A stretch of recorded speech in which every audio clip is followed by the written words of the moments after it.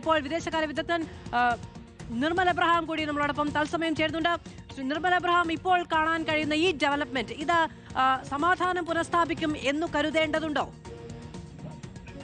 എന്ന് തീർച്ച പറയാൻ പറ്റില്ല. പക്ഷേ ടെമ്പററി ആയിട്ട് ഇറാൻ ഒരു വിജയമായിട്ട് വേണേൽ കാണാം. പക്ഷേ ഈ അമേരിക്കയുടെ ഈ പറയുന്ന ഗോളുകൾ ഒന്നും തന്നെ അച്ചീവ് ചെയ്യാത്ത സ്ഥിതിക്ക് മുന്നോട്ടും നമ്മൾ പീസ്ഫുൾ ആയിട്ട് ഈ ഒരു ഏരിയ പോകുമെന്ന് പറയാൻ പറ്റത്തില്ല. അതായത് ഈ ന്യൂക്ലിയർ പവർ പ്ലാന്റുകൾ മൊത്തത്തിൽ അല്ലെങ്കിൽ എൻറിച്ച്മെന്റ് ഫെസിലിറ്റി മൊത്തത്തിൽ അറ്റാക്ക് ചെയ്യാൻ അവർക്ക് സാധിച്ചിട്ടില്ല. 2 റെജീം ചേഞ്ച് കൊണ്ടുവരാൻ സാധിച്ചിട്ടില്ല. 3 യുദ്ധത്തിൽ ഏതെങ്കിലും രീതിയിൽ സിഗ്നിഫിക്കന്റ് ആയിട്ടൊരു ഡെവലപ്മെന്റിലൂടെ ഇറാനെ തളർത്താനും സാധിച്ചിട്ടില്ല. ശരിയാണ്, കുറെ മിലിറ്ററി തലവന്മാരെയൊക്കെ വധിച്ചു, ഇൻഫ്രാസ്ട്രക്ചർ ഇല്ലാതാക്കി, അവിടുത്തെ ജനങ്ങൾ മരിച്ചു. ആ രീതിയിൽ അത് ഒരിക്കലും പോസിറ്റീവായിട്ടല്ല പറയുന്നത്, പക്ഷെ ആ രീതിയിൽ മാത്രമാണ് ഇതിൻ്റെ അകത്ത് അമേരിക്കയ്ക്കും ഇസ്രായേലിനും ഒരു വിജയം എന്നെങ്കിലും പറയാൻ പറ്റുന്നത്. സ്ട്രാറ്റജിക് വാർഫെയറിൽ ഇത്രയും നാളും നമ്പർ 1 എന്നറിയപ്പെട്ടിരുന്ന അമേരിക്കയ്ക്കും ഇസ്രായേലിനും സ്ട്രാറ്റജിക് ആയിട്ട് ഒരുപാട് തോൽവികൾ ഇവിടെ സംഭവിച്ചു. അങ്ങനെയാണെങ്കിൽ ആരുടെ ടേംസിൽ ഇതിനൊരു അവസാനമുണ്ടാകും?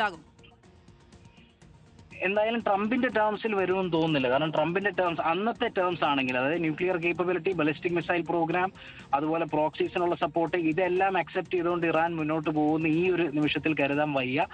ഒരു ടെമ്പററി സീസ് ഫയറിൽ തന്നെ ഇത് എക്സ്റ്റെൻഡ് ചെയ്തേക്കാം എന്നുള്ളതാണ് മാക്സിമം. ഒരിക്കലും അന്ന് ട്രംപ് മുന്നോട്ട് വെച്ച 4 നെഗോഷിയേഷൻ പോയിന്റ്സുമായിട്ട് ഇനി ഇറാൻ സമ്മതിക്കുമെന്ന് കരുതാൻ വയ്യ.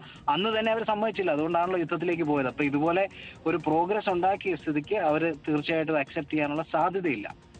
ശരി, വളരെയധികം നന്ദി ശ്രീ നിർമ്മൽ എബ്രഹാം ഞങ്ങളോട് സംസാരിച്ചതിന്. ഫൈസൽ ഹംസ നമ്മളോടൊപ്പം തുടരുന്നുണ്ട്. ഫൈസൽ, അതായത് ഇറാന്റെ ഒരു വളരെ സ്ട്രാറ്റജിക് ആയിട്ടുള്ള വിജയം എന്ന നിലയ്ക്ക് അതിനെ പലരും കാണുന്നും പലരും വിശകലനം ചെയ്യുന്നുമുണ്ട്. എന്തുകൊണ്ട് അമേരിക്ക ഇപ്പോൾ ഈ ഒരു നിലപാടിലേക്ക് തിരിച്ചു വന്നിരിക്കുന്നു എന്നൊരു ചോദ്യത്തിന് ഒറ്റ ഉത്തരമേ ഉള്ളൂ. 4 ദിവസം കൊണ്ട് വേണമെങ്കിൽ ഇത് അവസാനിപ്പിക്കാൻ കഴിയുമെന്ന് ഇസ്രായേലിന്റെയും അമേരിക്കയുടെയും ആത്മവിശ്വാസം 1 മാസം കടന്നു പോകുമ്പോഴും സാധ്യമാകുന്നില്ലെന്ന് മാത്രമല്ല, കീഴടങ്ങളുടെ ഒരു സൂചനയും ഇറാൻ നൽകുന്നില്ല. ലോകരാഷ്ട്രങ്ങൾക്കെല്ലാം സാമ്പത്തികമായ ചാഞ്ചല്യമുണ്ടായിരിക്കുന്നു. അതുണ്ടാക്കുന്ന സമ്മർദ്ദവും വലിയ തോതിൽ പ്രതിഫലിക്കുന്നുണ്ട്.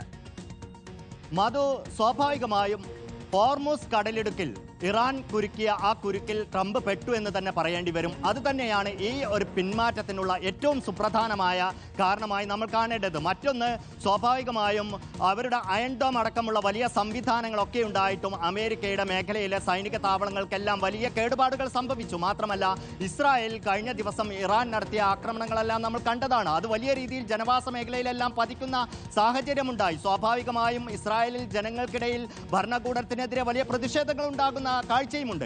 ഈ ഒരു സാഹചര്യങ്ങളെല്ലാം മുന്നിൽ കാണുമ്പോഴും സാമ്പത്തികമായി ഉണ്ടാകുന്ന വലിയ രീതിയിലുള്ള തിരിച്ചടി അത് അമേരിക്കയിൽ ട്രംപിന്റെ ജനസമ്മതിയെയും ട്രംപിനെതിരെയുള്ള വികാരവും വലിയ രീതിയിൽ ഉണ്ടാക്കുന്നുണ്ട് എന്നുള്ളതാണ്. മാത്രമല്ല, ലോകരാജ്യങ്ങളെ മുഴുവൻ ഈ യുദ്ധത്തിലേക്ക് വലിച്ചിഴക്കാൻ ട്രംപ് പല രീതിയിലാണ് ശ്രമം നടത്തിയത് എന്നുള്ളതാണ്.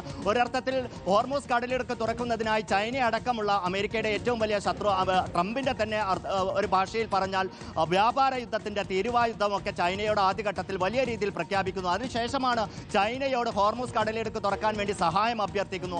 അത് സാധ്യമാകുന്നില്ല. അതിനുശേഷം നാറ്റോയെ വലിയ രീതിയിൽ പ്രകോപിപ്പിക്കുന്നു, നാറ്റോയെ ഭീഷണിപ്പെടുത്തുന്നു. ആ രീതിയിൽ അവരെ ഈ യുദ്ധത്തിലേക്ക് വലിച്ചിഴക്കാൻ ശ്രമിക്കുന്നു. പക്ഷേ ഒരു രാജ്യവും, നമുക്കറിയാം ഇറാഖിൽ അമേരിക്ക യുദ്ധം നടത്തിയപ്പോൾ, അഫ്ഗാനിസ്ഥാനിൽ അമേരിക്ക യുദ്ധം നടത്തിയപ്പോൾ അപ്പോഴെല്ലാം മറ്റു ലോകരാജ്യങ്ങളുടെ വലിയ രീതിയിലുള്ള പിന്തുണയുണ്ടായിരുന്നു എന്നുള്ളതാണ്. പക്ഷേ ഇറാനെ ആക്രമിക്കുന്ന കാര്യത്തിൽ, ഇറാനിൽ നേരിട്ട് യുദ്ധം നടത്തുന്ന കാര്യത്തിൽ അമേരിക്കയുടെ ഏറ്റവും അടുത്ത സുഹൃത്തുക്കളായ UK പോലും പിന്തുണ നൽകിയില്ല എന്നുള്ളതാണ്. സ്റ്റാർമർ പറഞ്ഞത്, ഞങ്ങൾ ഈ യുദ്ധത്തിൽ നേരിട്ട് പങ്കെടുക്കുന്നില്ല, പക്ഷേ വേണമെങ്കിൽ പ്രതിരോധത്തിന് ഗൾഫ് രാജ്യങ്ങളെ സഹായിക്കുമെന്നുള്ളതാണ്.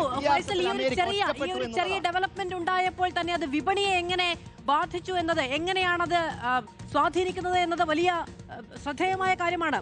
ബ്രെന്റ് ക്രൂഡ് വില 13% കുറഞ്ഞ ബാരലിന് ഏതാണ്ട് $96 എത്തിയിരിക്കുന്നു. അതുപോലെ തന്നെ FTSE 100 സൂചിക ഇപ്പോൾ 0.5% ഉയർന്നിട്ടുണ്ട്. ഗ്യാസ് വില അത് 150 പെൻസിൽ നിന്ന് 139 പെൻസിലേക്ക് കുറഞ്ഞിട്ടുണ്ട്. ഈ നിലയിലാണ്, അതായത് ഈ യുദ്ധ സാഹചര്യം നിൽക്കുന്ന സമയത്തുണ്ടാകുന്ന സാമ്പത്തിക സമ്മർദ്ദം ഒരൊറ്റ നല്ല സൂചനയിലൂടെ മാത്രം തിരികെ വരികയാണ്. അതിനെ ഇനിയും കൂടുതൽ മോശമായ സാഹചര്യത്തിലേക്ക് കൊണ്ടുപോകുക എന്ന് പറഞ്ഞാൽ ലോകത്തോടുള്ള വെല്ലുവിളിയാണ്. തീർച്ചയായും മാധു, ലോകം എത്രത്തോളം ഇത്തരത്തിലുള്ള ഈ ഒരു യുദ്ധത്തിന്റെ വിരാമത്തിന് ആഗ്രഹിക്കുന്നു എന്നുള്ളതിന്റെ സൂചന തന്നെയാണ് ഒരൊറ്റ സോഷ്യൽ മീഡിയ പോസ്റ്റിലൂടെ തന്നെ അത് പ്രതിഫലിക്കുകയാണ്. പ്രത്യേകിച്ച് ഊർജത്തിന്റെ കാര്യത്തിൽ ലോകം മുഴുവൻ ഈ കെടുതി അനുഭവിക്കുന്നുണ്ട് എന്നുള്ളതാണ്. അത് തന്നെയാണ് ബ്രൻക്രൂഡിന്റെ വില ഒരൊറ്റ നിമിഷം കൊണ്ടാണ് ട്രംപ് ഈ പ്രഖ്യാപനം നടത്തി അല്ലെങ്കിൽ ഈ അറിയിപ്പ് നൽകിയതിന്റെ തൊട്ട് പിന്നാലെ 13% കുറയുന്നത്. നേരത്തെ നമുക്കറിയാം ഇറാന്റെ ഒരു പ്രഖ്യാപിത ലക്ഷ്യമുണ്ടായിരുന്നു, ഈ യുദ്ധം നിങ്ങളിങ്ങനെ തുടരുകയാണെങ്കിൽ, ഇറാന്റെ ഓയിൽ ഫീൽഡുകളെ ആക്രമിക്കുകയാണെങ്കിൽ ഇത് $200 ഞങ്ങൾ എത്തിക്കുമെന്നുള്ളതായിരുന്നു. ആ പ്രഖ്യാപനത്തെ തന്നെയാണ് ലോകം ഭയപ്പെട്ടത് എന്നുള്ളത് തന്നെയാണ് ഇത് സൂചിപ്പിക്കുന്നത്. ട്രംപിന്റെ ഈ സമവായ അല്ലെങ്കിൽ സമാധാന പ്രഖ്യാപനത്തിന് തൊട്ടു പിന്നാലെ വലിയ രീതിയിലുള്ള മാറ്റമാണ് വരുന്നത്. മാത്രമല്ല ആഗോളതലത്തിൽ തന്നെ നാളെയാണ് ഇതിന്റെ മറ്റു പ്രതിഫലനങ്ങൾ വരാൻ പോകുന്നത്. ഇന്ത്യയിലടക്കം സെൻസെക്സിലടക്കം വലിയ മാറ്റങ്ങൾ ഉണ്ടാവുന്നു എന്ന് തന്നെയാണ് പ്രതീക്ഷിക്കുന്നത്. ാണ് വിവരങ്ങൾ നൽകിയത്. വളരെ കൗതുകകരമായ ഒരു കാര്യം കൂടിയുണ്ട് ഈ ഡെവലപ്മെന്റ് ബിൽ എന്നുള്ളതാണ്.